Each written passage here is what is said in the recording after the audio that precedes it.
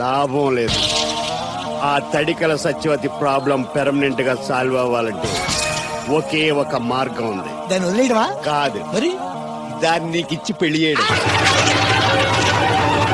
ఆ తడికల సత్యవతితో నాకు పెళ్ళా? నేను మీకు మరీ ఎంత అప్పులో కనపడుతున్నానండి? చెప్పేది పూర్తిగా నువ్వు దాన్ని పెళ్లి చేసుకున్నావు అనుకో, అప్పుడప్పుడు నీతో ఏదో పని ఉన్నట్టు వచ్చి వెళ్ళిపోతాను. నా పెళ్ళానికి అనుమానం రాదు. ఎలా ఉంది ఐడియా? అది దారుణంగా ఉందండి. నేను జీవితాంతం బెమ్మసారిగానే ఉండిపోతాను కానీ ఆ తడికల సత్యవతిని మాత్రం చేసుకోండి. నీకు దానికన్నా గొప్ప సంబంధం వచ్చేద్దా? జస్ట్ క్యాడర్ పెడితే తప్పిస్తే దానికి ఏం తక్కువ? నేను కూర్చోబెట్టి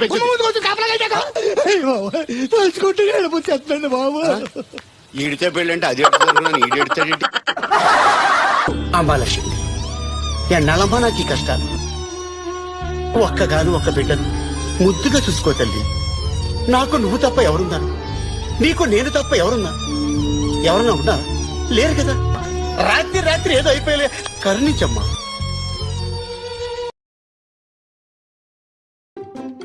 ఏమ్రా బాలరాజు, ఏడుస్తున్నావు? ఏమైంది? అరే మామ, ఆటోలో వెళ్తే 20 రూపాయలు ఖర్చు అవుతుందని 2 కిలోమీటర్లు నడుచుకొని వెళ్ళానురా.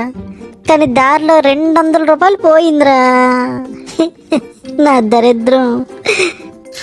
లోబికి ఖర్చు ఎక్కువ అంటారా? ఇదేనరా నీ పిసినారితనం. ఛీ!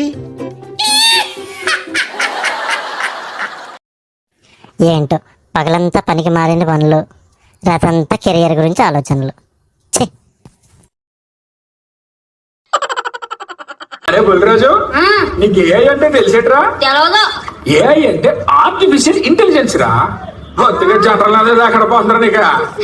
అరే నాగరాజు, నీకు ఏవి అంటే తెలిసేట్రా? ఏవినా?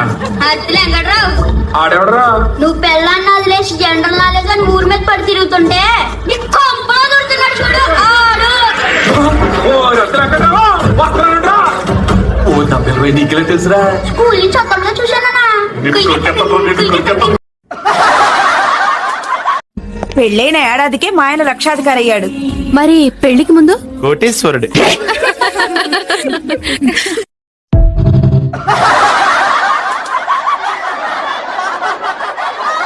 చెప్పండి ఈరోజు మీ క్వశ్చన్ ఏంటి? సార్ నాది హెయిర్ లాస్ ప్రాబ్లం ఉంది సార్ చాలా రోజుల నుంచి. నా ఏజ్ ఇప్పుడు 27 కానీ నా majority of the hair loss 23 years కి అయిపోయింది సార్. సో ఆ విషయం మీద కాల్ చేస్తున్నాను మీకు. సో హెడ్ మీద హెయిర్ ఎంత ఉంది మీకు? హెడ్ మీద హెయిరా సార్? మీకు ఎంత ఉందో అంతే ఉంది సార్.